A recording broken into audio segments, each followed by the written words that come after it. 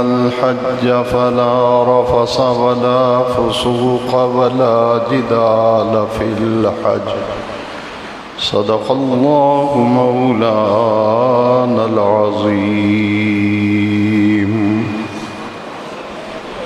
إن الله وملائكته يصلون على النبي يا أيها الذين آمنوا صلوا عليه وسلموا تسليما محبت سے پڑھیے الصلاۃ والسلام علیک یا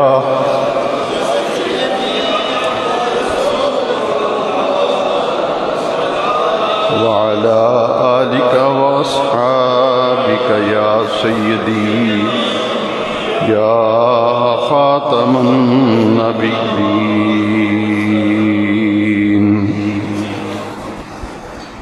سب تعریفیں اس اللہ رب العزت کے لیے ہیں جس اللہ وحدہ لا شریک لہ نے اپنے فضل و کرم کے ساتھ اپنے پیارے محبوب کریم صلی اللہ علیہ وسلم کے طفیل ہمیں نور ایمان عطا فرمایا. دعا ہے کہ مولا کریم جل مجدہ آخر دم تک ہمارے دلوں میں یہ نور ایمان قائم دائم اور ثابت رکھے. قابل اس کے کہ میں آیت مقدسہ جو تلاوت کی گئی اس آیت مبارکہ پر کچھ گزارشات عرض کروں. آئیے مل کر دعا کرتے ہیں اللہ تبارک و تعالی ہم سب کو دین پر استقامت ثابت قدمی نصیب فرمائے. اللہ کا شکر ہے کہ اس نے ہمیں اسلام، ایمان، قرآن جیسی عظیم نعمتوں سے نوازا اور ایمان کا ذائقہ اس شخص نے چکھ لیا. پیارے نبی کریم صلی اللہ علیہ وسلم کی حدیث شریف ہے کہ اس شخص نے ایمان کے ذائقے کو چکھ لیا، ایمان کا مزہ پا لیا. من قال باللہ رضیت باللہ ربا وبالاسلام دینا وبمحمد صلی اللہ علیہ وسلم نبیا ورسولا. میں اللہ کے رب ہونے پر اور حضرت محمد کریم صلی اللہ علیہ وسلم کے رسول ہونے پر اور اسلام کے دین ہونے پر میں اپنے رب سے راضی ہوں. یہ اللہ کا کرم ہے کہ اس نے ہمیں کلمہ نصیب کیا، حضور کی غلامی نصیب فرمائی، ایمان کی دولت نصیب فرمائی. خوش نصیب ہوتے ہیں وہ لوگ جو دین کے ساتھ وابستہ رہتے ہیں، دین پر خود بھی چلتے ہیں، دوسرے لوگوں کو بھی دین کے ساتھ وابستہ رہنے کی تلقین کرتے ہیں، ایمان کے تقاضوں کو سمجھتے ہیں اور پھر ایمان کے تقاضوں کو سمجھ کر جو فرائض ہیں، واجبات ہیں، ان کی پابندی کرتے ہیں. اور جمعۃ المبارک تو مسلمانوں کا عید کا دن ہے. اس دن کی اہمیت کو، اس دن کی فرضیت کو بہت کم لوگ سمجھتے ہیں. جن لوگوں کو اللہ تعالی نے دین کا فہم، دین کا شعور عطا فرمایا ہے، وہ اس دن کی برکتیں حاصل کرنے کے لیے یقیناً مساجد کا رخ کرتے ہیں اور اپنے رب کریم سے تعلق بندگی مضبوط اور مستحکم رکھتے ہیں. آج کا جمعہ مبارکہ یہ ماہ شوال میں آ رہا ہے اور ماہ شوال اسلامی سال کے مہینوں میں سے وہ مہینہ ہے جس کو حج کے مہینوں میں شمار کیا گیا. میں نے اس وقت قرآن مجید فرقان حمید کی جو آیت مقدسہ تلاوت کی ہے، اس آیت مقدسہ میں اللہ رب العزت نے ارشاد فرمایا الحج اشہر معلومات، کہ حج کے مہینے پہچانے ہوئے ہیں۔ الحج اشہر معلومات، شہر مہینے کو کہتے ہیں، اشہر اس کی جمع ہے۔ الحج اشہر کا معنی ہے حج کے مہینے، معلومات پہچانے ہوئے ہیں، ہر کوئی جانتا ہے کہ 3 مہینے حج کے شمار کیے گئے ہیں، شوال، ذیقعدہ اور ذی الحج۔ شوال کے مہینے میں پوری دنیا سے دور دراز سے لوگ حج کرنے کے لیے مکہ مکرمہ رخت سفر باندھتے تھے، قافلے پیدل چلا کرتے تھے۔ بعد میں باہری جہاز کا دور آیا تو شوال کے مہینے میں ہی لوگ حج کے سفر پر روانہ ہو جاتے تھے۔ اس لیے 2 مہینے کم و بیش سفر کے اندر لوگوں کے گزرتے، اور 2 مہینوں کے بعد پھر حجاج کرام مکہ مکرمہ جمع ہو جاتے، اور ذی الحج کی 8 تاریخ کو مناسک حج شروع ہوتے تھے۔ اس لیے اللہ تبارک و تعالی نے الحج اشہر معلومات، کہ حج کے مہینے جو ہیں یہ پہچانے ہوئے ہیں، یہ معلوم ہیں، اور ان دنوں کے اندر حج کی تیاریاں ہوتی ہیں۔ جیسا کہ پوری دنیا میں اس وقت جو صورتحال ہے اسی کے پیش نظر اس مرتبہ حج کے حوالے سے بھی غیر یقینی سی صورتحال پائی جاتی ہے۔ کچھ نہیں کہا جا سکتا کہ اس دفعہ حج بیت اللہ شریف ہو نہ ہو، اگر حج ادا کیا جاتا ہے تو اس کی صورتحال کیا ہوگی، کیفیت کیا ہوگی، ابھی تک بڑا ابہام پایا جاتا ہے، کوئی صورتحال واضح نہیں۔ جن لوگوں نے حج کی درخواستیں دینے کا ارادہ کیا یا اس پروسیس میں سے گزرے، وہ بھی اسی طرف نظر لگائے ہوئے ہیں کہ شاید کوئی پالیسی آئے اور یہ تمام معاملہ واضح ہو جائے۔ بہرحال حج ہو یا نہ ہو، ہمیں یہ سمجھ لینا چاہیے کہ اسلام کے 5 بنیادی ارکان میں سے حج ایک اہم اسلام کا رکن ہے۔ حضور نبی کریم صلی اللہ علیہ وسلم کی حدیث شریف ہے، اور اس حدیث شریف کے راوی حضرت عبداللہ ابن عمر ہیں رضی اللہ تعالیٰ عنہ۔ حضور نے ارشاد فرمایا بنی الاسلام علی 5، اسلام کی بنیاد 5 چیزوں پر رکھی گئی ہے۔ شہادت لا الہ الا اللہ و شہادت ان محمد رسول اللہ، شہادت توحید اور شہادت رسالت، اللہ کی وحدانیت کی گواہی دینا کہ بھری کائنات کے اندر اللہ تبارک و تعالیٰ کے سوا کوئی عبادت کے لائق نہیں، وہ اپنی ذات اور اپنی صفات میں وحدہ لا شریک ہے، اور حضرت محمد صلی اللہ علیہ وسلم اللہ کے سچے رسول ہیں، آخری رسول ہیں۔ یہ شہادت اسلام کا پہلا رکن ہے، اور اس کے بعد پھر اقام الصلاۃ، بر وقت صحیح ادا کرنا نماز، یہ اسلام کے ارکان 5 میں سے دوسرا رکن اقامت صلاۃ ہے۔ اور تیسرا ہے ایتاء الزکوٰۃ، اپنے مال کی زکوٰۃ دینا۔ اس کے بعد پھر درجہ ہے وصوم رمضان، رمضان شریف کے روزے رکھنا۔ اس کے بعد 5واں رکن ہے وحج البیت، بیت اللہ شریف کا حج کرنا۔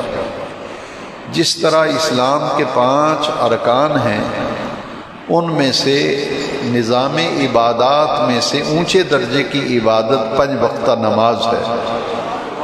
اس کے بعد پھر اسلام کے نظام عبادات میں زکوٰۃ کا درجہ ہے، زکوٰۃ کے بعد پھر نظام عبادات میں روزے کا درجہ ہے، اور روزے کے بعد پھر نظام میں عبادات میں اللہ رب العزت نے حج کا مقام رکھا ہے۔ باقی عبادات کے متعلق ہر مسلمان جانتا ہے کہ ایک دن میں 5 مرتبہ نماز فرض ہے، سال میں 1 مرتبہ صاحب نصاب پر زکوٰۃ فرض ہے، روزہ سال میں 1 مرتبہ پورے مہینے میں روزے رکھنا یہ فرض ہے، اور حج جو ہے یہ ساری زندگی میں صرف 1 مرتبہ حج کرنا، وہی ان لوگوں پر جو صاحب استطاعت ہے، جن پر حج فرض نہیں، لہذا ان پر جب فرض ہی نہیں ہے تو مواخذہ کس بات کا۔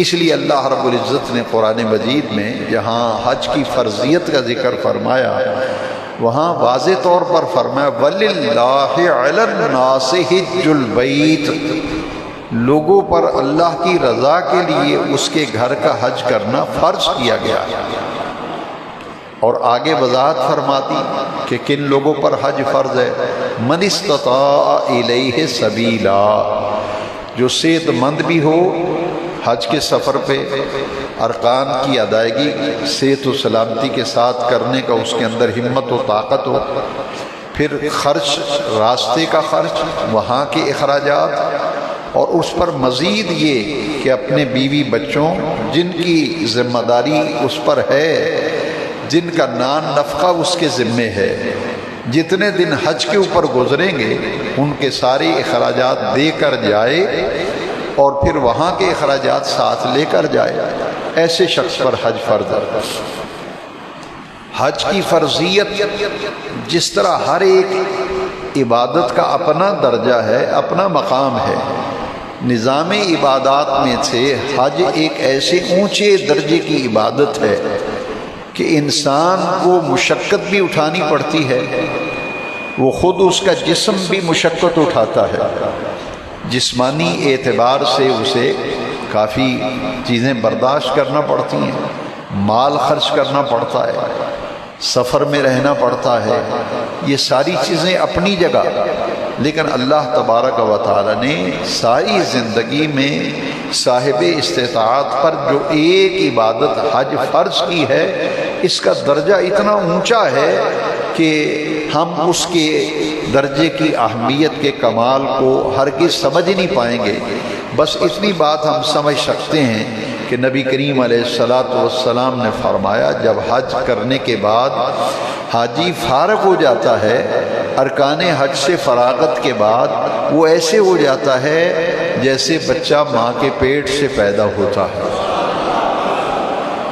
کہ ماں کے پیٹ سے بچہ پیدا ہو تو اس کے ذمے کوئی گناہ نہیں ہوتا، کوئی مواخذہ نہیں ہوتا، بالکل اس کا دامن دل جو ہے اور دامن عمل جو ہے اتنا صاف ستھرا پاکیزہ اونچے درجے پہ آ جاتا ہے، جیسے بچہ ماں کے پیٹ سے پیدا ہوا ہے، اس پر کوئی مواخذہ نہیں، اس پر کوئی گرفت و پکڑ نہیں، اس کے اعمال کا معاملہ ایسے، اسی طرح حج کرنے کے بعد آدمی ہو جاتا ہے۔ لہذا حج جو ہے اس کے اندر جسم بھی مشقت اٹھاتا ہے، مال بھی خرچ ہوتا ہے۔ کچھ عبادتیں ایسی ہیں جنہیں مالی عبادت کہا جاتا ہے، جیسے زکوٰۃ دینا ہے، زکوٰۃ مالی عبادت ہے کہ آپ اللہ کا دیا ہوا مال اس کا 40واں حصہ نکالیں، لیکن اس میں انسان کا بدن مشقت نہیں اٹھاتا۔ نماز ایک ایسی عبادت ہے جس میں انسان کا جسم جو ہے وہ مصروف ہوتا ہے، ورنہ مالی عبادت، بدنی عبادت۔ حج ایک ایسی عبادت ہے جس کو اللہ تبارک و تعالی نے مرکب عبادت بنایا ہے، اس میں مال بھی خرچ ہوتا ہے، جسم بھی تکلیف اٹھاتا ہے، وقت بھی دینا پڑتا ہے، تو بہرحال اللہ رب العزت نے حج کا اجر و ثواب اتنا اونچا رکھا ہے کہ حج کرے ارکان سے فراغت کے بعد ایسے ہو جاتا ہے جیسے بچہ ماں کے پیٹ سے بے گناہ پیدا ہوتا ہے۔ یعنی اس کا دامن بالکل صاف اور پاکیزہ، جیسے ایک سفید رنگ کی چادر ہے، اس پر کوئی دبا نہیں، اس پر کوئی داغ نہیں ہے، بندے کا دامن اس طرح سے ہو جاتا ہے، اور حج کر کے جب واپس آتا ہے پھر اس کا عمل نامہ جو ہے اس کے اندر پھر ابتدا ہوتی ہے کہ اب جو کچھ وہ کرے گا، جو اعمال ہوں گے اس کے مطابق اس کا عمل نامہ ہوگا۔ تو گویا کہ نظام عبادات میں سے حج اللہ تبارک و تعالیٰ نے اونچے درجے کی عبادت رکھی ہے، اور ارکان خمسہ میں سے اسلام کا 5واں رکن ہے، اور اس کے لیے الحج اشہر معلومات، حج کے مہینے مقرر ہیں۔ یہ نہیں کہ آدمی کوئی کہے میں رجب میں حج کر آتا ہوں، میں جمادی الثانی میں جا کے حج کر آتا ہوں، نہیں۔ اللہ تبارک و تعالیٰ نے قرآن مجید میں فرمایا الحج اشہر معلومات، کہ حج کے مہینے پہچانے ہوئے ہیں، وہ شوال ہے، ذیقعد ہے، ذی الحج ہے، ان مہینوں میں ہی آپ وہاں مکہ مکرمہ پہنچو گے، اور جب حج کے دن آئیں گے پھر تم ارکان حج ادا کرو گے۔ اب اس میں ایک بات یاد رکھیے کہ حج کا لفظی معنی ہے ارادہ کرنا۔ لفظ حج کا معنی کیا ہے؟ ارادہ کرنا۔ اللہ کے گھر کی زیارت کی نیت کر کے مکہ مکرمہ عبادت کے مناسک ادا کرنا، اسے شریعت کی اصطلاح میں حج کہتے ہیں، حج بیت اللہ شریف۔ اور حج جو ہے یہ سارے کا سارا، حج کے جتنے مناسک، جتنے ارکان ہیں، یہ 3 شخصیات ہیں جن کے گرد پورے مناسک حج جو ہے وہ گھومتے اور پھرتے ہیں۔ آپ یہ بات سمجھ گئے کہ اسلام کا 5واں رکن ہے، نظام عبادات میں سے اونچے درجے کی عبادت ہے، اور اتنے اہم درجے کی عبادت ہے کہ حضور نے فرمایا جس پر حج فرض ہو، جس پر حج فرض اور وہ حج نہ کرے، جیسے بعض لوگ بہانہ بناتے ہیں، بہانہ یہ بنایا جاتا ہے کہ جناب میری تو ابھی بیٹیاں جوان ہیں، میں نے شادیاں کرنی ہیں، میں حج کیسے کروں؟ یہ بات اچھی طرح سے سمجھ لیں، اگر حج فرض ہو گیا، بیٹیاں جوان ہیں یا جوان نہیں ہیں، اب حج فرض ہو گیا، لہذا اس فرض کو ادا کرنا۔ بچیوں کی ادائیگی ذمہ داریوں کی الگ ہے، اور حج کی ادائیگی یہ الگ ہے۔ اب اگر حج فرض ہے تو پھر سارے کام چھوڑ چھاڑ کے حج کرو۔ کیوں؟ اس لیے کہ حضور کی حدیث شریف ہے جس پر حج فرض ہو گیا، اس پر حج فرض ہو گیا، یعنی صاحب استطاعت بھی ہے، صحت مند بھی ہے، سفر خرچ اس کے پاس ہے، حالات بھی ٹھیک ہیں۔ اب چونکہ حالات ٹھیک نہیں، اس میں ایک شرط یہ ہے کہ سفر کے حالات بھی ٹھیک ہوں، معاملات بھی ٹھیک ہوں، پھر حج فرض ہوتا ہے شرائط کے ساتھ۔ اب اس کے باوجود اگر کوئی حج نہیں کر سکتا کہ جانے میں کوئی رکاوٹ نہیں ہے، مالی اعتبار سے بھی ٹھیک ہے، صحت کے اعتبار سے بھی ٹھیک ہے، پھر بھی اگر کوئی حج نہیں کرتا تو نبی کریم صلی اللہ علیہ وسلم فرمایا چاہے وہ یہودیوں کے مرے، چاہے وہ عیسائیوں کے مرے، مجھے اس کی کوئی پرواہ نہیں ہے، مجھے اس کی کوئی پرواہ نہیں، چاہے وہ یہودیوں کے مرے چاہے عیسائیوں کے مرے، کون شخص جس پر حج فرض ہو اور حج کرنے نہ جائے۔ لہذا جس شخص پر بھی حج فرض ہو تو دینی ذمہ داری ہے کہ سب سے پہلے فریضہ حج جو ہے وہ ادا کرے۔ جو لوگ حج کر چکے ہیں، ماشاءاللہ میں کافی لوگوں کو ذاتی طور پر جانتا ہوں جو حج کر چکے ہیں، میں نے بھی الحمدللہ 1995 میں حج کیا تھا۔ اب میں اس زمانے میں اور اس دور میں جب دیکھتا ہوں تو یہ بالکل صحیح بات ہے کہ اللہ تعالیٰ توفیق دے تو صحت مند آدمی، جوان آدمی ہی حج پہ جائے، کیونکہ مناسک کی ادائیگی کا لطف کما حق ہو وہی شخص اٹھا سکتا ہے جو صحت مند ہو، اور جو بیمار ہو یا بڑھاپے کے عالم میں ہے وہ تو یہ ہے کہ فرض کسی نہ کسی درجے میں ادا ہو جاتا ہے، لیکن وہ تو بیچارے چل بھی نہیں پاتے بوڑھے لوگ جو ہیں۔ اس لیے یہ بات اپنی جگہ ہے کہ صحت و سلامتی کے ساتھ، تندرستی کے ساتھ حج پر جانے کی دعا مانگنی چاہیے، اور یہ ایک ایسا اہم فریضہ ہے کہ جس کی ادائیگی کا ذکر اللہ تبارک و تعالی نے قرآن مجید میں تفصیل سے فرمایا ہے۔ یہاں یہ فرمایا الحج اشہر معلومات فمن فرض فیہن الحج فلا رفث ولا فسوق ولا جدال فی الحج، جس نے ان مہینوں میں اپنے اوپر حج کو فرض کر لیا، جس نے ان مہینوں میں اپنے آپ کو حج کو فرض کر لیا، ارادہ کر لیا ہے، درخواست جمع کرا دی ہے، نام بھی نکل آیا ہے، تیاری کر رہا ہے، اب 3 چیزیں اس پہ حرام ہو جاتی ہیں۔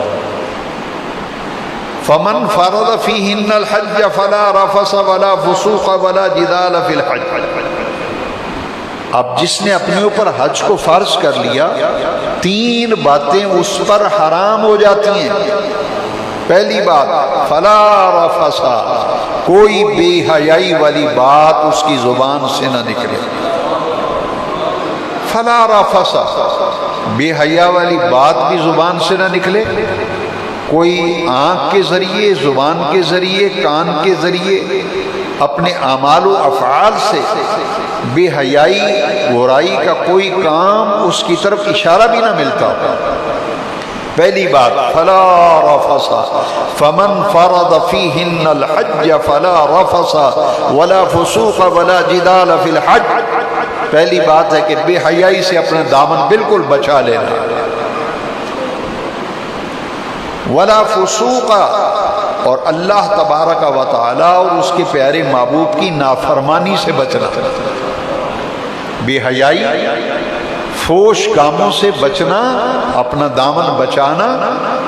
جب حج اپنے اوپر فرض کر لیا اور اس کے بعد پھر دوسرا درجہ ہے کوئی ایسا کام جس میں اللہ کی نافرمانی ہو، کوئی ایسا کام جس میں اللہ کے پیارے رسول کی نافرمانی ہو، گناہ کا کوئی کام کرنا، گناہ کی رغبت رکھنا، یہ دوسرے نمبر پہ فلا رفث ولا فسوق، کوئی گناہ والا کام جو ہے پھر اس سے اپنے دامن کو بچانا ہے۔ تیسری چیز آ جائے گی ولا جدال فی الحج، کوئی جھگڑا، کوئی لڑائی، کوئی دنگا، کوئی فساد پھر حج کے دنوں میں نہیں۔ یہاں میں خاص طور پر یہ بات عرض کروں گا، یہ دین اسلام کا اعجاز ہے اور حقانیت کی سب سے بڑی دلیل ہے۔ جو لوگ حج کر چکے ہیں ان سے پوچھئے، 30 لاکھ کا مجمع اگر ہے لیکن آپ دیکھتے ہیں کہ کوئی لڑائی نہیں ہوتی، کوئی جھگڑا نہیں ہوتا، کوئی دنگا نہیں ہوتا، کوئی فساد نہیں ہوتا۔ اگر کسی جگہ کوئی معمولی نوعیت کا معاملہ پیش آ گیا تو وہ جدال کے ضمن میں نہیں آتا۔ جیسے بس پہ بیٹھنے لگے تو ایک حاجی کہتا ہے میں شیشے والی سیٹ جو ہے اس پہ میں بیٹھوں گا، دوسرا حاجی صاحب کہتا نہیں میں بیٹھوں گا، یہ تکرار ہو جانا یہ جدال کے حکم میں نہیں ہے۔ ایک آدمی کہتا ہے کہ نہیں، حاجی صاحب کہتے ہیں منع کے اندر چٹائی یہاں میں بچھاؤں گا، دوسرا حاجی کہتا ہے نہیں یہاں میں بچھاؤں گا، یہ جدال کے حق میں نہیں۔ جدال کا معنی ہے کسی سے لڑائی جھگڑے پہ اتر آنا، مار کٹائی پہ اتر آنا، گالی گلوچ پہ اتر آنا۔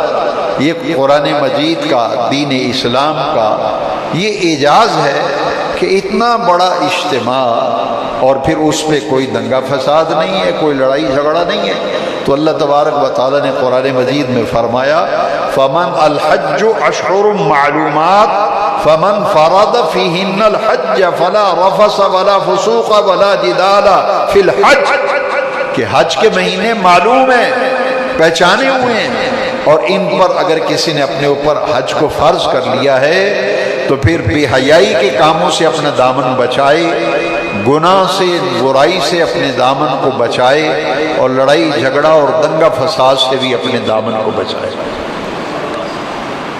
یہ حج کو اپنے اوپر فرض کرنے کا۔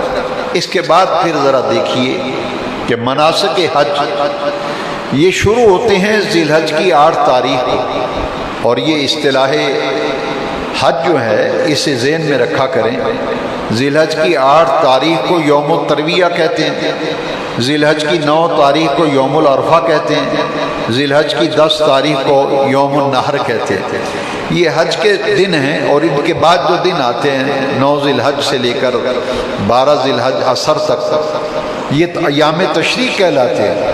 اب ان میں ذرا غور کریں، فجر کی نماز ذی الحج کی 8 تاریخ کو مکہ شریف میں پڑھ کر پھر منا کی طرف حاجیوں کے قافلے روانہ ہوتے ہیں۔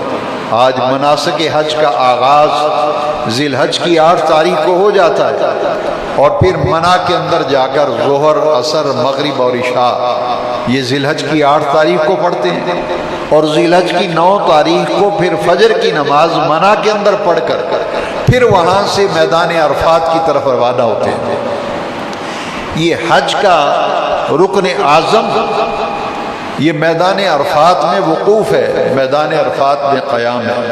یہاں یہ بات نوٹ کر لیجئے کہ یوم العرفہ جو ذی الحج کی 9 تاریخ ہے یہ بھی عید کا دن ہے، یہ بھی عید کا دن ہے، یوم العرفہ یہ بھی عید کا دن ہے، اور یہ حج کا رکن اعظم اس دن ادا کیا جاتا ہے۔ میدان عرفات کی دعائیں جو ہیں ان کا تو انداز ہی الگ ہے، ان کی قبولیت کا انداز الگ ہے، اس لیے خاص یوم العرفہ اللہ تعالیٰ کی بارگاہ میں دعائیں کرنے کا دن ہے، اور یہ دن اتنی اہمیت رکھتا ہے۔ حالانکہ حج آپ دیکھیں ذی الحج کی 8 تاریخ کو شروع ہو رہا ہے، 12 اور 13 کو حج کے مناسک اپنے اختتام کو پہنچتے ہیں، لیکن جو میدان عرفات میں داخل ہو گیا اور جس نے مغرب تک میدان عرفات میں وقوف کر لیا، اللہ تعالیٰ کی بارگاہ میں اسے حاجی لکھ دیا جاتا تھا۔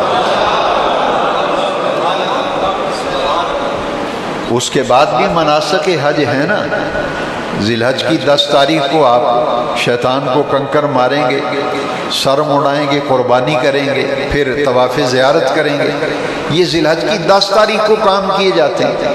لیکن 9 ذی الحج یوم العرفہ جس دن آپ حج کہتے ہیں کہ آج حج ہے، آج حج ہے، یہ دن اتنا اہم ہے کہ حدیث شریف کے اندر آتا ہے جو آدمی حدود عرفات کے اندر داخل ہو گیا اور اس نے غروب آفتاب تک میدان عرفات میں قیام کیا، اللہ تعالیٰ کی بارگاہ میں اسے حاجی لکھ دیا جاتا تھا، وہ حاجی کہلاتا ہے۔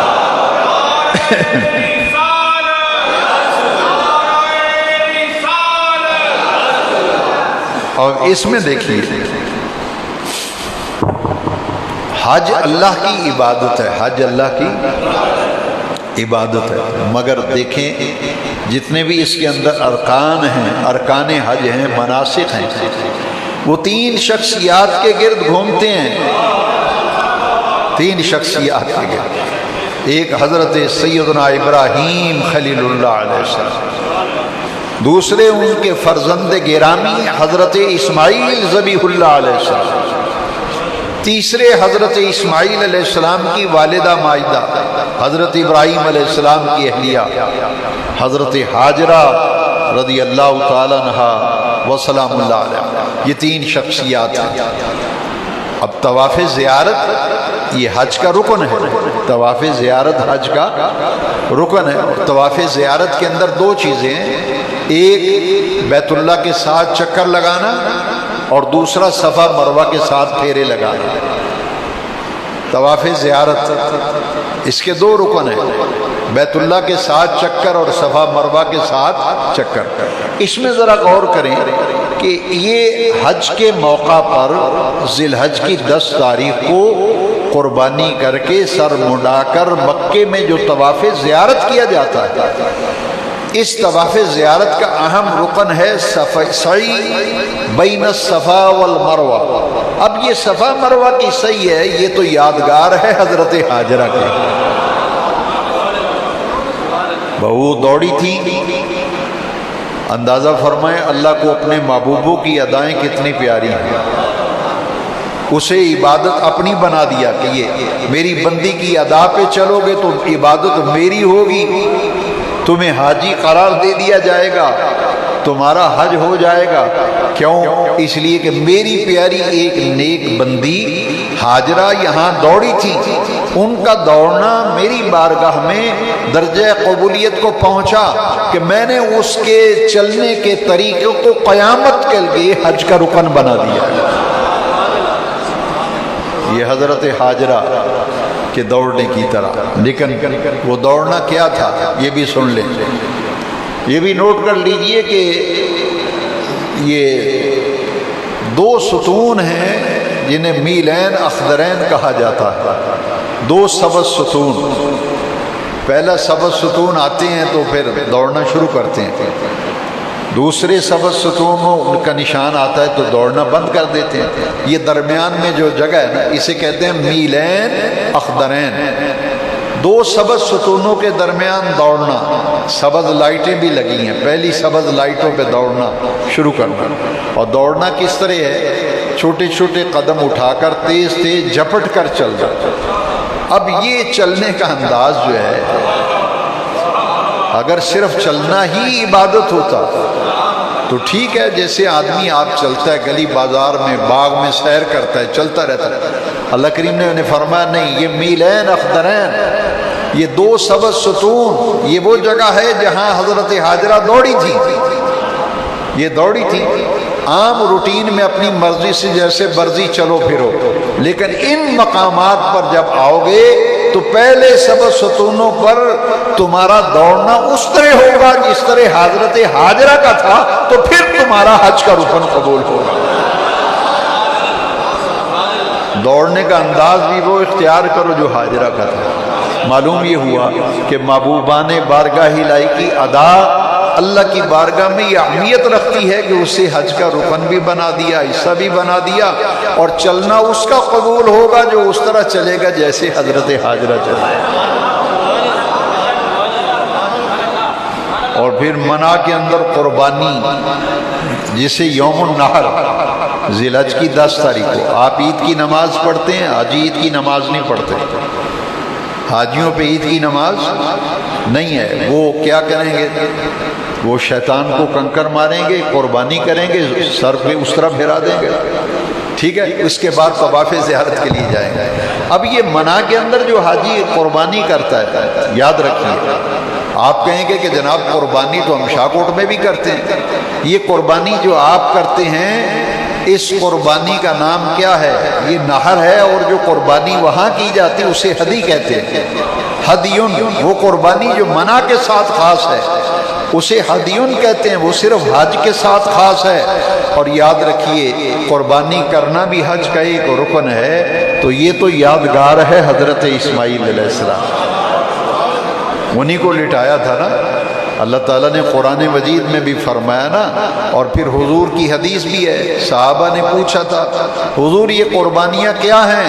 اضحیہ ما حاضل اضاحی، یہ قربانی جو شاہکوٹ میں آپ کریں گے اسے اضحیہ کہتے ہیں، جو منع کے اندر کرتے ہیں اسے ہدی کہتے ہیں۔ تو صحابہ نے پوچھا تھا حضور یہ قربانیاں کیا ہیں؟ حضور نے فرمایا سنت ابیکم ابراہیم، یہ تمہارے باپ حضرت ابراہیم علیہ السلام کی سنت ہے۔ تو بھئی حج کا رکن ہے نا قربانی، تو بھئی قربانی حج کا رکن ہے، تو یہ یادگار ہے حضرت اسماعیل کی، اور یہ سنت ہے حضرت ابراہیم علیہ السلام کی، انہوں نے بیٹے کو لٹایا تھا جی۔ تو یہ اسماعیل علیہ السلام کی سنت، دوڑنا حضرت حاجرہ کی سنت۔ شیطان کو کنکر مارنا، آپ پوچھیں گے یہ کس کی سنت؟ میں نے کہا ابراہیم علیہ السلام نے شیطان کو پتھر مارے تھے۔ اب منع کے اندر جب رمی ہوگی، حاجی میدان عرفات سے آتا ہے، مزدلفے میں رات گزارتا ہے، اور ذی الحج کی 10 تاریخ کو فجر پڑھ کے پھر مزدلفہ سے نکل کر منع میں جا کے شیطان کو کنکر مارتا ہے۔